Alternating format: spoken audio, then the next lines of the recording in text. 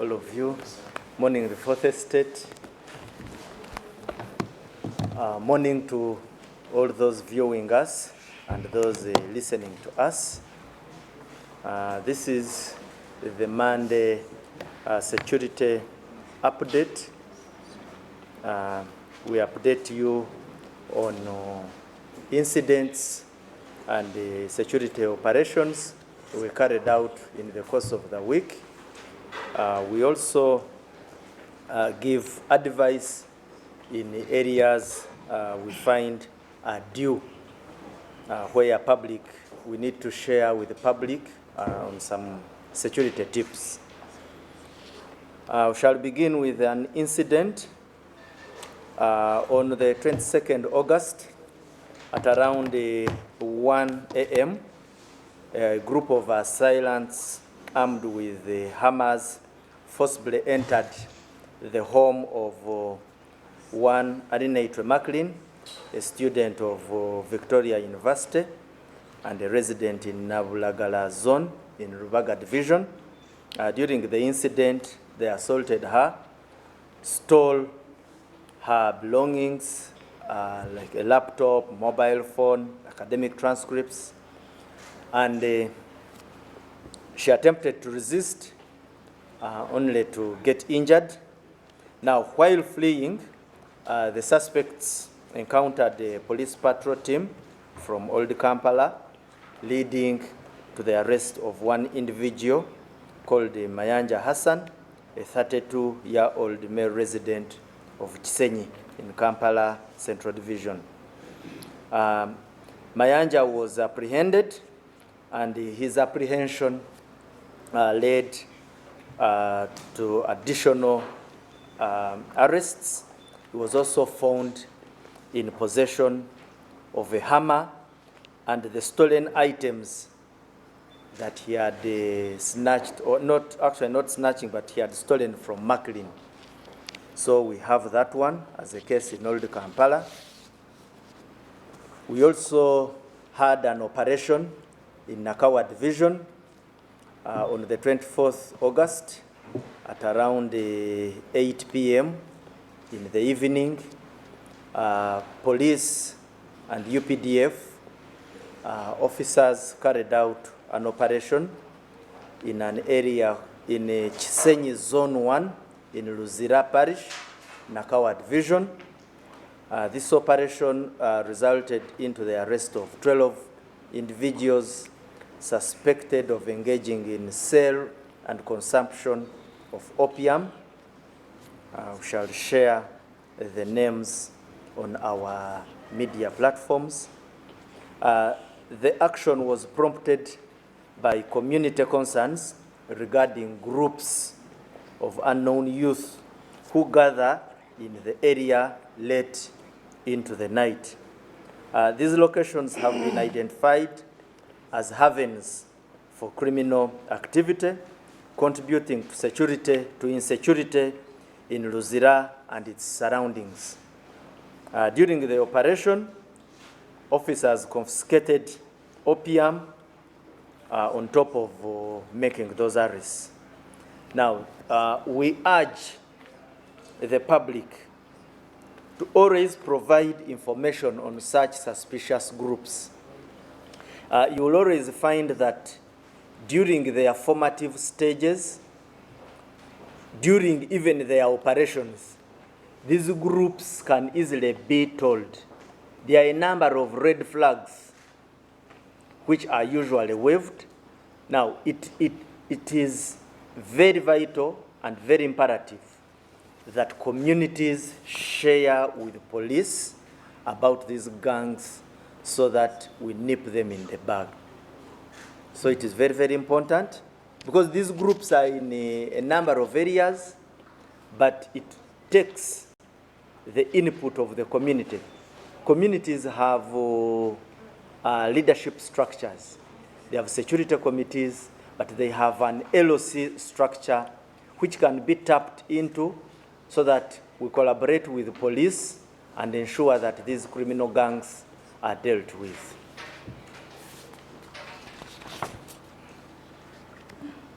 We also had an incident in Wamala region where a case of unlawful wounding was reported at Mitiana Police Station on 24th August 2024 at around 7:30 p.m. The incident involved the shooting of a Congolese casual worker known by the name of Bonane, and the action was by a security guard from Neputin Security Company in Buswa Bulongo Cell, Busimbi Division in Mitiana Municipality. The altercation occurred when Bonane assaulted the security guard and attempted to disarm him. In response, the guard shoots him in the knee, and after the incident, it is when police comes in and transports the injured to hospital. The matter is under investigation, but the message we want to communicate, the message, because this is an incident, but why do you think we are here? We are here to communicate the risk of confronting armed persons, because this is not the first incident. We have heard, you have seen videos. There is a lot of information that has come to public space where you find individuals tackling armed personnel. Now, this is not only reckless, it is risky. You can lose life. The reasons as to which you are confronting the armed personnel can be addressed without necessarily going for the confrontation or the altercation. Because the ultimate risk is that you can lose life. Whereas we can solve the problem if the guard is the one in wrong.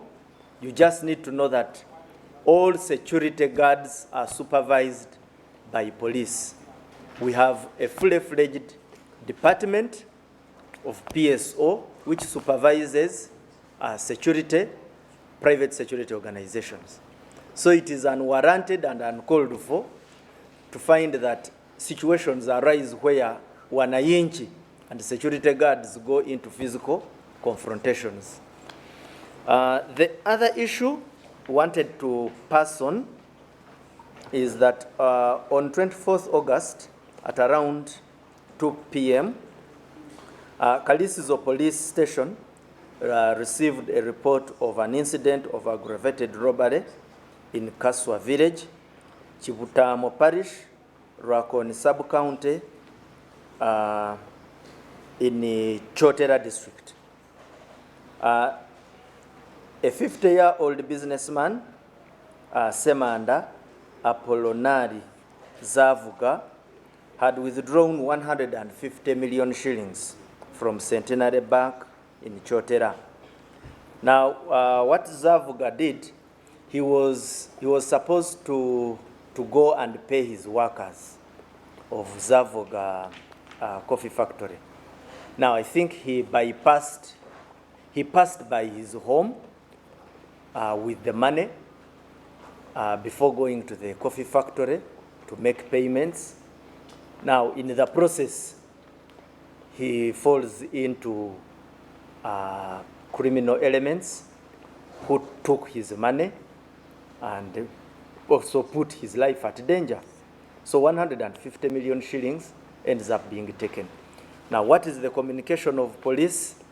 For us, this incident is something we want to communicate along the lines of safety while transporting money in bulk. It is risky to carry 150 million shillings, pass by your home, then go and pay workers. Now, what do we advise? Bulk money, it is always advisable that you devise means. One, workers can be paid through an electronic system. There are very many electronic arrangements that can have payment or bulk payments without necessarily coming into contact with big cash or cash sums. 2, you can hire security. It is not impossible to transport money under the protection of security services. You can reach out to police. Police escorts people who are in situations that put them in danger while transporting valuable assets. There are private security companies. That's why they are there, because the risk is there. It is not only here, it is a global challenge that when you are moving with bulk money, you can be targeted, because it has even been there. So we always advise, tap into such services. Payments, like I've said, can be made electronically. People can receive money through electronic payment. Others are doing it. Why do you take this risk? So it was an unfortunate situation. Of course, we feel sorry for this occurrence on Mr. Zavga, but we call upon people to take note and appreciate those mechanisms that are safe, through which money can be transferred, can be paid, can be transacted. We also want to bring in incidents where we carried out operations with the help of our K9 unit and made success. Now we bring in this because K9 is an enabler in the criminal justice system. It's a multiplier. Now, we always call upon public to tap into it. Whenever you have incidents, help us preserve scenes. When you preserve these scenes, the moment we bring in our services of K9, we always make some good breakthroughs.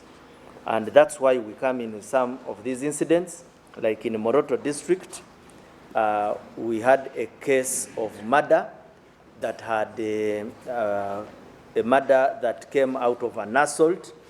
It was reported on 21st August in Lochede village, Nachorongom parish. The victim, Ekulo Alepa, a 46-year-old female, was found killed and dumped at Lochede Bridge culvert by unknown individuals. The incident was reported to police, which police deployed canine services, and the dog successfully led the officers to a suspect called Losike Francis, and upon examination, we found the victim had been subjected to rape on top of assault. So we have this suspect in custody, and I think as we speak, he will be appearing in court when vital investigations have been done. Our K9 on 24th August in Uyende district was also utilized, and it led to the arrest of one Waiswa Bungu. Waiswa Bungu stole items from a bar. He stole alcoholic beverages and took them to his house, and also formed a bar. Now, that was in Gwase Trading Center in Buyaga sub-county. So, like I've told you, the magic with our K9 unit, we introduced it and immediately apprehended him. We have photos to that effect, which we shall share on our media platforms. In Kumi, our K9 unit also apprehended one Obokolit Michael and Osele Peter for stealing insulated electric wires from Orapada Primary School in Orapada Village, that is in Atutu sub-county. So these two gentlemen went and vandalized electric infrastructure. What they have been doing is that when they steal these items, they turn them into, they heat them and use them to make saucepans and other metallic material. So we introduced our K9 and it led us to these two individuals. Similarly, we have photos of the arrested parties and evidence to that effect. We also, in Intungamo on the 22nd August, Nansumbahawa from Nyamunuka Central Ward in Nyamunuka Town Council, Ntungamo District, reported the theft of speakers, TVs, and a number of items. When he reported, we introduced our K9, and it led us to one Tumanyire, and one Tumanyire, we didn't get the second name, whom we did a search and found the very items stolen. We found them in his possession. As we speak, he's also being prepared for court.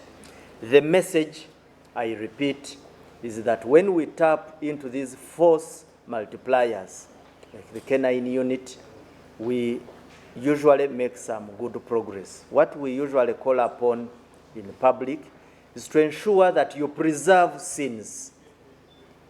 You will ask yourself, why is a whole PRO mentioning an incident?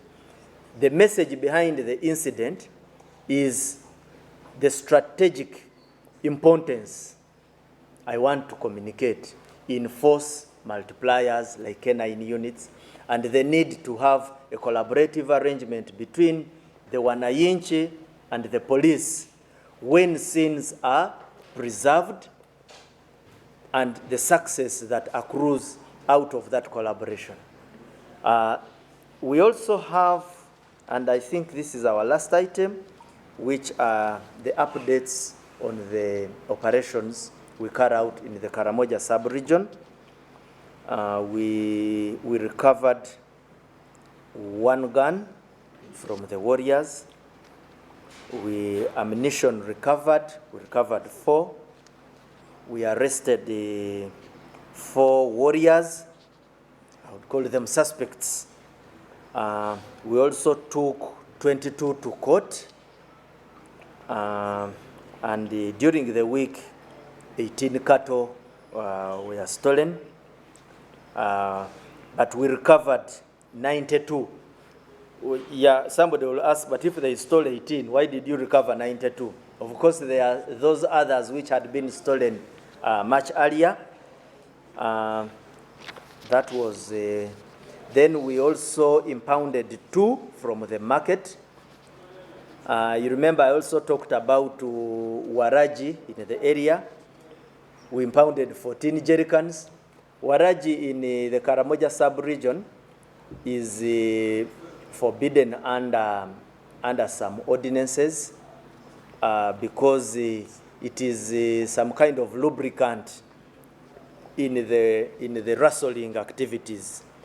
We also usually do verification of animals to establish stolen or not stolen. So we did 1,100 verifications on cattle and 1,387 verifications on goats. That is the end of my communication. Luganda? Yes, yes. Before Luganda, any update of those that have been arrested? There is no demonstrating about the implementation of short oil pipeline. Oh no, I don't. But then Luke, I thought Luke had made the clarification about it, but nonetheless. They've just been arrested. Oh, it's okay. Mwasuze mutya mwena abatulaba n'abatuwuliriza. Tubatuusaako security updates n'ebintu bye tuba tuyiseemu mu week. Twagala okutandika ne incident eyali ku muwala owa Victoria University we bayita Adinaitwe Maclean. Maclean bamuyingirira ku kyalo kye Nabulagala mu Lubaga division, ne bamubbako ebintu nga laptop, essimu, empapula eza academics, kyetuyita academic transcript, n'ebirala bingi.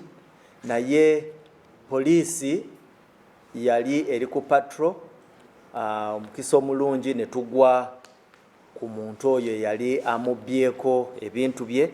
Abalala batuddukako naye twasobola okukwata ono, era obulungi omwami ono we bayita Mayanja Hassan, obulungi twasanga nti n'ebintu bye yali abbye ku mukyala Maclean twamukwata nabyo, era twamukwata n'ennyondo nga wetwogerera tugenda musimba mu maaso ga kooti ng'okunoonyereza kuwedde. Twalinayo ne incident endala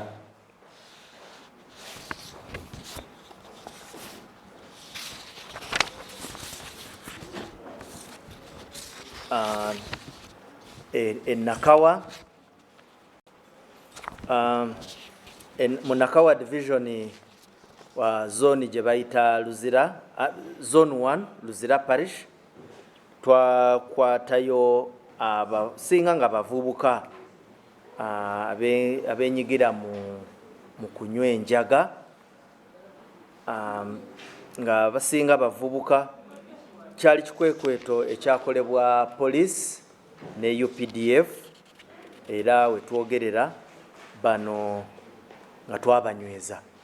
Naye nga information gye twagala usually okuyisaawo bwe tuba twogera ku operations nga zino is that bano abavubuka bwewegendereza obulungi usually baba bali ku byalo okwo, naye nga bwewetegereza obulungi osobola okutegeera nti groups zino groups nkyamu.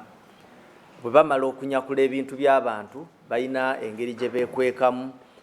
Usually obasanga bazanya zimatatu, nti communities bwe ziba zitaddemu mu luzungu kye tuyita vigilance, tusobola groups zino okuzitegeera nga tezinaba nakutuusa bulabe ku bantu. Era tusaba nnyo abantu okutuyamba mwenyigire nnyo mu kuteeka eriiso ku groups nga zino, mu sharing information eyo ne police ebe bali okumpi, so that bino ebikwekweto bitambule bigende mu maaso. Twagala also kubatuusaako incident endala mu Amala region nga 24 August ku ssaawa emu ez'akawungeezi, omwami omu omukongo we bayita Bonane, security guard wa Neptune security company yamukuba essasi, in other words yamutuusaako obulabe. Ndowooza bafuna obutakkiriziganya oba okuyomba mwe mwava essasi eyo. Naye nga information gye twagala okusharinga n'abantu nti si kirungi okonfrontinga omuntu aba alina emmundu. Bw'oba olina obuzibu naye either omuloopa mu kampani yaabwe gy'akoleramu oba n'omuloopa ku poliisi. Security companies ziri mu mikono gya poliisi era yeffe ababa supervisinga. So tetulaba nsonga ku lwaki obuba mu sika emiguwa ng'ensonga gye mutakanyaako tusobola ogiyingiramu bwe tutusanga omusirikale ono ng'ayina kyakoze ekitali mu mateeka ne tumubonereza.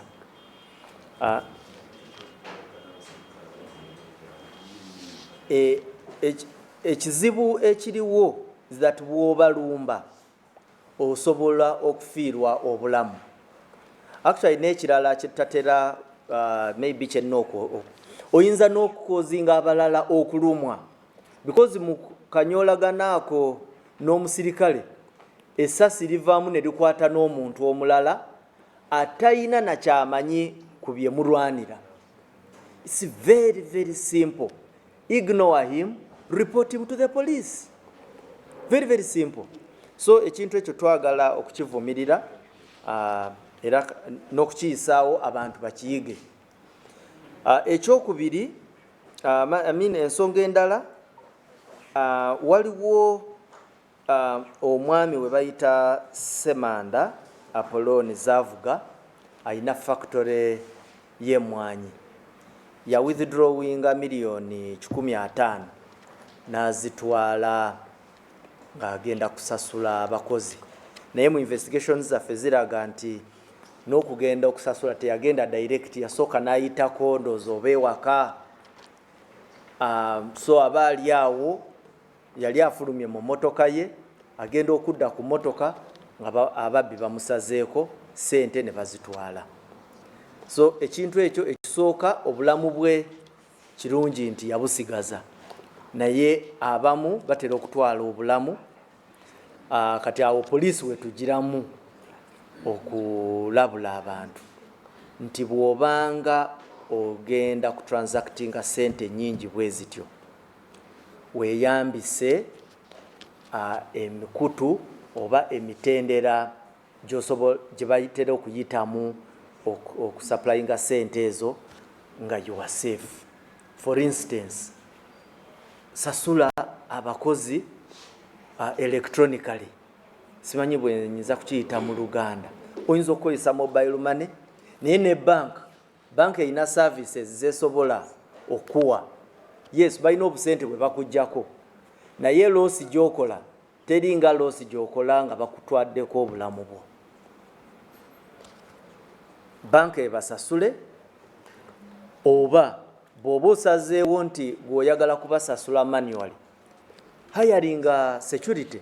Osobola okuhiringa security services. Security companies ziwa obukuumi obwo ne baku escortinga n'ogenda n'osasula sente ogwo nagwo ne gugwa. Then nekirala ewaka olagayo ogenda wa kulwakyo bakiyita kuwonja. Concentrate on what has taken you. By the way, tufunye olumu tugenda nga poliisi ne tufuna abantu n'owulira nti ya withdrawinze sente ate n'ayitako mu kirabo kya mwenge, nti ya withdrawinze sente ate n'asooka n'ayitako owa muganzi we. Why don't you why are you jumping from place to place? Why don't you concentrate? Because jukira waliwo olusa abasobola okugoberera ne bakutuusaako obulabe. Nti yabadde ne sente n'ayitako mu sawuna. And you want then nti yayiseeko ku washing bay. Waliwo boosanga nti sente bazibidde ku washing bay. What are you doing at a washing bay with the bulk amounts? Sooka otwale sente gye ziraga, then ate nosanga ate tukuta abakozi ba washing bay, whom you bakiyita ki mu Luganda okusoomooza, oba obakema. So tulabula abantu nti bwoba ogenda ku involvinga yourself mu bulk, moving with bulk cash, olina n'okugondera amateeka agajja n'ekyo. There are certain ground rules z'olina okufollowinga. So ekirala so kyekyo tusaasira mwami Semanda ekyamutuuseeko, naye abo abatuwuliriza bwe bubaka bwa poliisi, safety measures zemulina okugoberera. Ekirala kye twagala okusharinga nammwe, nga bwe tubagamba nti poliisi eyina services K9, embwa zituyamba nnyo bwe tuba tunoonyereza mu misango, era usually kye tuba tusaba abantu nti we wabeerawo siini mu Luganda ndoza kye tuyita ekifo kye bamenyeramu amateeka, just ogwamwe kutuyamba nnyo ne mu making sure nti eyo siini tebagitaataganya. So kati nga Moroto tulina omukyala nga 21 August, omukyala we bayita Ekulo Alepa, bamutuusaako obulabe ne bamutta ne bamusuula wansi wa Calvert mu kifo kye bayita Lochede village Nachorongo parish. Naye bwe twaleeta K9 yaffe yatutwala paka ku muntu oyo eyali amutuusizaako obulabe, era twafunayo omulenzi we bayita Losike Francis ng'era tumuyina mu Kaduukulu. Ne tuvaawo nga 24 August Ebuyende, era waliwo omwami we bayita Waiswa Bungu, ono yabba omwenge mu bbaala naye n'akola ebbaala endala. Naye kirungi bwe twaleeta K9 yaffe mu kifo ekyo kye bayita Gwase Trading Center mu Bugaya sub-county, embwa yatutwala direct paka ku bbaala empya, era we twogerera naye tumuyina. Twamusanga ne crates zennyini ze yali abbye ne cartons za waragi. N'ebifaananyi tujja kubibawa tubiina, era mujja kubisanga ku mitimbagano gya poliisi. Kumi district, omwami we bayita Obokolit Michael ne Osele Peter, bano bo bagenda mu ssomero ne babba waya z'amasanyalaze. Waya zino bazifumba ne bakolamu amasepiki. Now era still nabo twakozesa K9 mukisa omulungi ne tubagwako, n'ebizibiti tubiina, n'ebifaananyi tujja kusharinga nammwe ku mikutu gyaffe. You can imagine omuntu aba government infrastructure n'okolamu esepiki. It's very unique. Naye byebyo, so abo tubayina.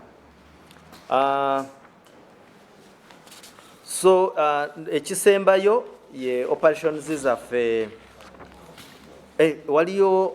waliyo owantungamo. Ntungamo omukyala yajja n'atuloopera mu Kyamunuuka Town Council, yagenda ku Ntungamo, yasooka n'agenda ku Ntungamo ku Kyamunuuka Police Station. Abantungamo ne bayimukiramu, bali bamubyeko TV n'ebintu ebirala mu nju.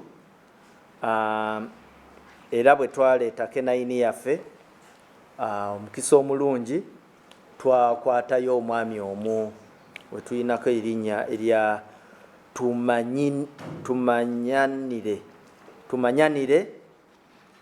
So Tumanyanire tumuyina, twamukolako search ne tusanga nga ebintu byennyini ebya oyo omukyala we bayita Katushabe be yali abbye ne tumusanga nabyo. era amakulu gali nti bwe tweyambisanga force multipliers zino nga K9 tutera okukola omulimu mulungi nga era tusaba abantu okukwatagana ne poliisi zaffe wansi eyo okulaba nti embwa mugikozesa nnyo eba erina handula waayo gyeziri, so mutapinge into tulabe nti tulwanisa obumenyi bw'amateeka. Tujja kusembyayo ne agafa Karamoja sub-region. Mukimanyi tulinayo poliisi yaffe gye bayita anti-stock theft unit. Era mu wiiki eno twakwatayo emundu emu n'amasasa 4 ne twarestingayo ne ba warriors 83. So fa twakatwalako 22 mu kooti. Mu wiiki eyo nayo bawulya babbayo ente 18 naye twakola recovery ya nte 92. Then waliyo n'endala 2 ze twakwatira mu katale. Twakwatayo n'ebidomola bya waraji 14. Omuntu ajja kubuuza nti kulwaki waraji wano, kwaki oleeta waraji wano? Waraji eri ayamba nnyo ba warriors abo bwe batamiira abamu batera gamba nti bagenda ku level so nosanga nti era buli bwe tukola searches zaffe osanga nti siini gye babaddeko gye basembyeyo okubeerako yabadde n'obuveera bwa waraji. So local governments zedi zakola bylaws making sure nti bakugira waraji oyo era tutera nnyo okumukwata ku checkpoints zaffe. Tutera n'okukolayo kye tuyita verification, okukebera ente zino nzibe si nzibe, embuzi nzibe si nzibe. So twakolayo verification ku nte 1,110 n'embuzi 1,387. Mwebale nnyo, mwebalire ddala. Yes. Services za K9 ziri free of charge. Nkimanyi abantu batera nnyo complaininga banaye batujjako sente naye nga services za K9 ziba free of charge. Yes.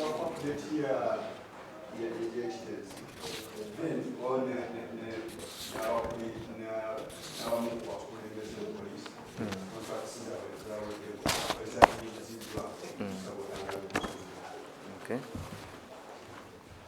Yes, omulala. Get me the extras updates.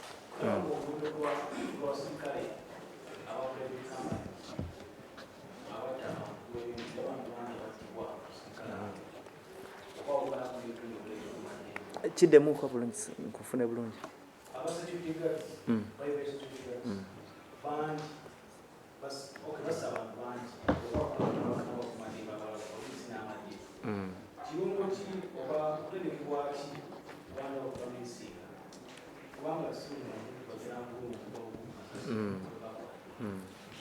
Okay.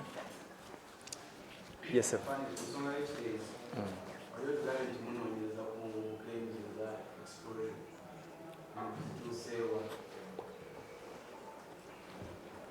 Okay.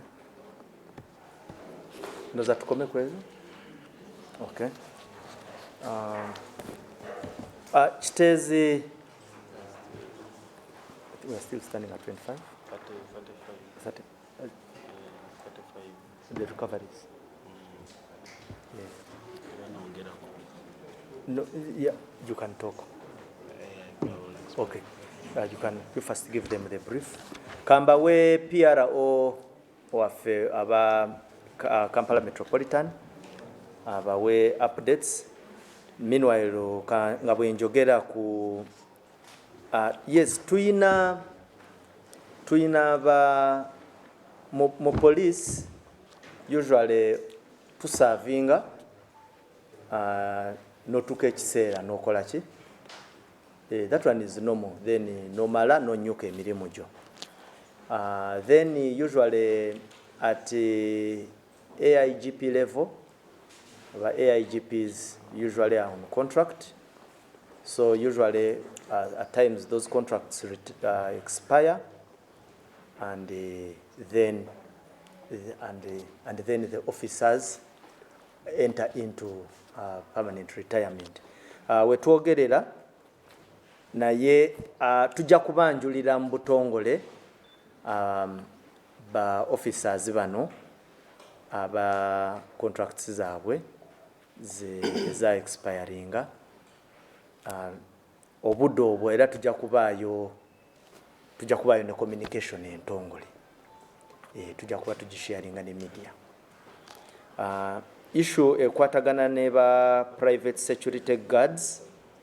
Ba private security guards okuba abantu amasasi, yes, kibaawo naye usually nze kiba kyetaaga buli nsonga ne tugitunuulira nga bwebezze. Toyinza kubateeka bonna mu box emu. Every incident has its own independent facts. Era ziba tezifaanana. Waliwo oli wojja okusanga nga bayombera mukazi, naye waliwo n'omulala wojja okusanga nga bali bamujjako emuntu. Kati siina statistics bameka, naye kyemanyi nti of course bafunayo some training. Yes, tetuuka ku level ya training gye bawa omusirikale, either owa police oba owa amagye oba owa prisons. Naye training or not training, ekintu abantu kye balina okukkiriza nti okukuba omuntu esasi oba obutamukuba is a common sense issue. Gwe nga totta muntu, kya buntu kumanya nti obulamu bw'oli kyetaaga n'obutwala nga waliwo ensonga ey'amaanyi ennyo. Ne bw'oba toli trained, kubanga training, obukugu bwe bakuwa mu training bwa kukozesa muntu, naye ekigambo ekikwatagana n'okutwala obulamu bw'omuntu actually teweetaaga na training, olina just kimanya ng'omuntu.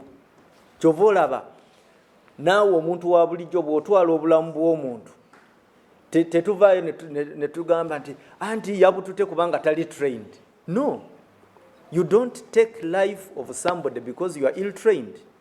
You are supposed to have common sense. That's how I look at it from inception.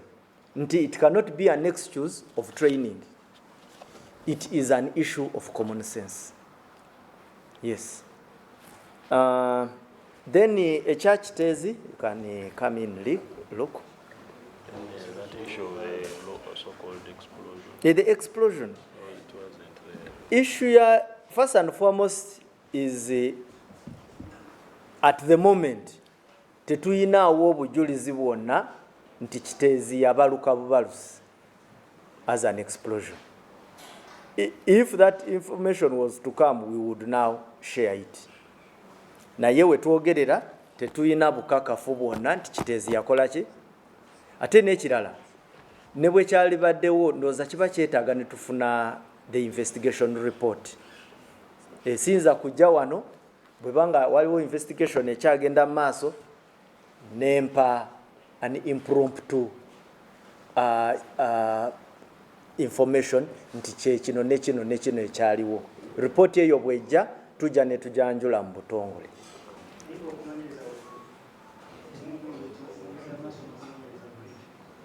Kati ekyo kisoke tukireke.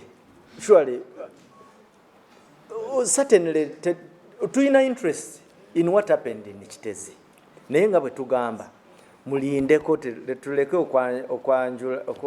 okujula ebitannaba kujja.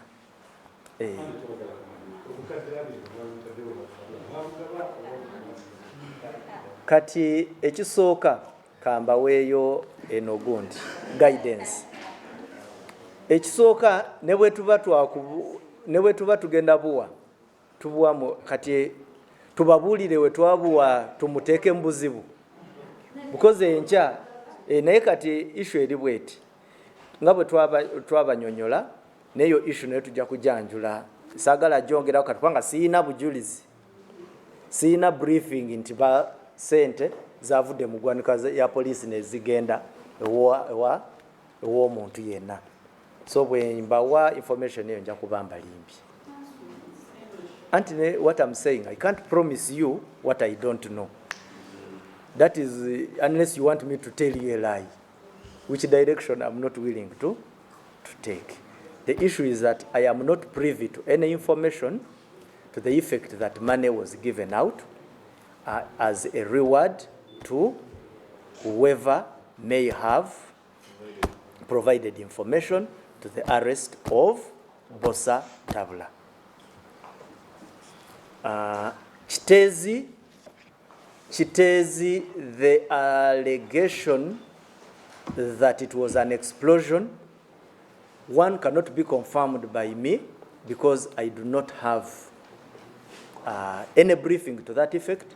I do not have evidence to that effect. And even if we got that information, we would channel it at an appropriate time.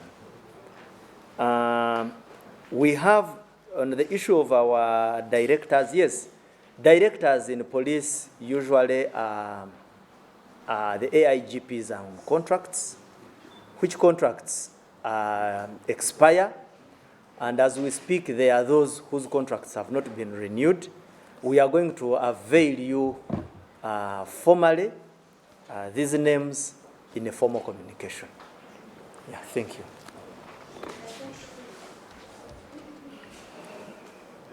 Hey, you come in.